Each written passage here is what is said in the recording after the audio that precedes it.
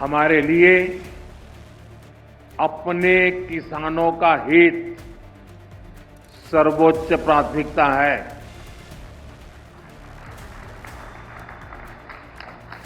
भारत अपने किसानों के, पशुपालकों के और मछुआरे भाई बहनों के हितों के साथ कभी भी समझौता नहीं करेगा।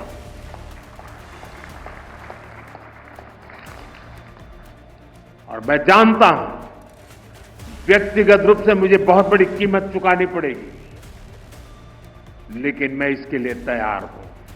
The Modi government is moving at razor pace. National interest will always be supreme. वो ध्यान में रखते हुए अच्छा अगर डील बनती है तो भारत तो विकसित देशों के साथ डील करने के लिए कभी भी तैयार। आपको पता है, मैंने कई बार कहा है कि भारत कभी कोई ट्रेड डील डेडलाइन या समय सीमा के आधार पर कभी नहीं करते।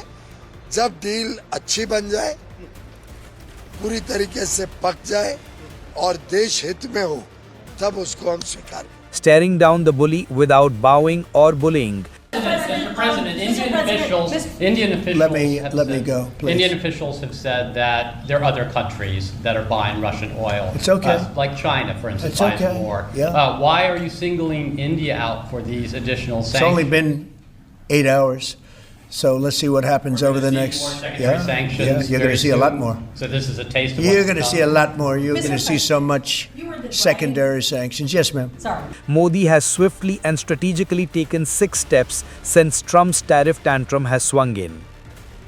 First, India's master strategist and national security advisor continued on a critical visit to Moscow. High-level engagements amid India being unrelenting on its decision to continue to buy Russian oil was a clear and loud signal to Washington. A warm welcome and a wonderful hospitality that you had here.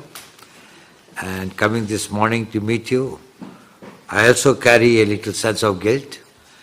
I was very keen to attend the 13th the meeting of the High Representatives in May, but at the last moment I got COVID, and therefore probably it was not advisable for me to come for such a high-level meeting in which so many distinguished persons are coming. So my most profound apologies for that. You have very rightly mentioned, Excellency, that we have got a very special relationship, a long relationship, and we highly value our strategic partnership. We have had high-level engagements, and these high-level engagements have contributed very substantially. We are very excited and delighted to learn about the visit of His Excellency the President of Russia, President Putin, to India. I think that the dates are almost finalized now.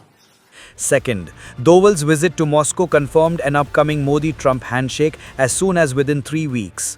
Putin and Modi's deep cooperation has enhanced trade, strategic and defense cooperation at a time that's been critical for both nations.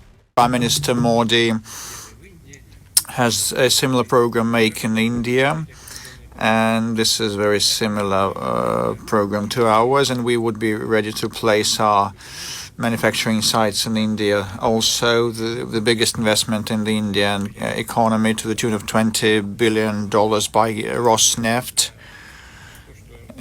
happened not long ago, and the Prime Minister of India and the government of India have been creating stable conditions. And this is because the Indian leadership has been pursuing India comes first policy, and we believe that investments in India are profitable. Third, pivot to China. Beijing has suddenly woken up to take India's side on the Trump's tariff tantrum. Convenient but loaded in messaging. Fourth, on the heels of Trump doubling tariffs against India, India announced PM Modi's travel to China and Japan. On the pretext of SCO, but a robust messaging by the Global South, sirens ringing in Washington. The old institutions are struggling to deliver peace and progress. At the same time, the global south is rising. They wish to see a new and fairer world order. Distinguished members, it is time for us to work together to give the global south its rightful seat at the right table.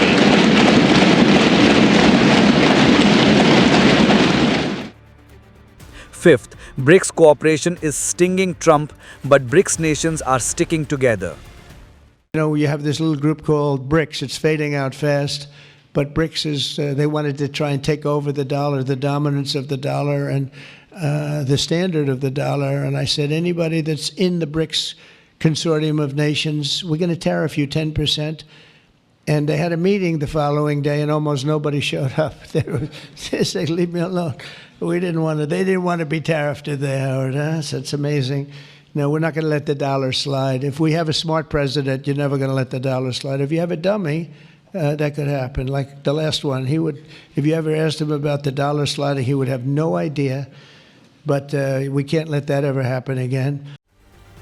Sixth, India is moving very fast with Israel, deepening ties across sectors. My personal takeaways, first one was, he said that India-Israel relationship is going up, up, up. Now, this is significant because of the kind of strong relationship that exists between Israel and United States and Prime Minister Netanyahu and President Trump. For Prime Minister Netanyahu to say that irrespective of what turbulence is there between India and the United States, you know, our relationship is solid, and for the first time, and I was really bit surprised, rather pleasantly, that he was open to taking the question on India-Israel defense partnership, defense relationship, and he mentioned how the relationship, that aspect of the relationship is strong.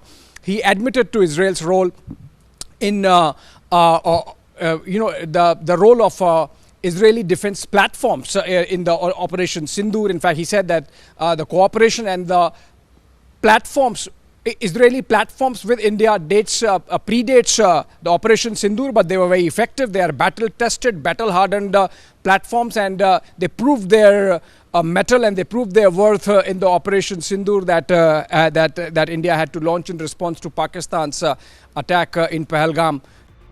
It all comes as India continues to hold firm on its position on buying Russian oil. Our ties with any country, or all the ties that we have with various countries, they stand on their own merit, and they should not be seen from the prism of a third country. As far as India-Russia relations are concerned, we have a steady and time-tested partnership. First and foremost, Madam, I don't feel any pressure in my mind, and I don't think my boss's mind is wired to feel any pressure, and that's where I draw my strength from. On calling out the West's hypocrisy. Number one, why I wanted to interrupt you in a way. I mean, I'm partly reacting to the previous observation. You know, somewhere Europe has to grow out of the mindset that Europe's problems are the world's problems, but the world's problems are not Europe's problems. And putting critical Indo-US deals into abeyance. In the face of Trump's tariff tantrums, India hasn't blinked.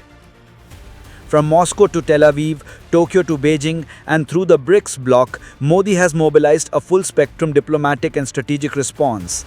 6 steps that speak one language: national interest first, a strategic strike without a single shot fired.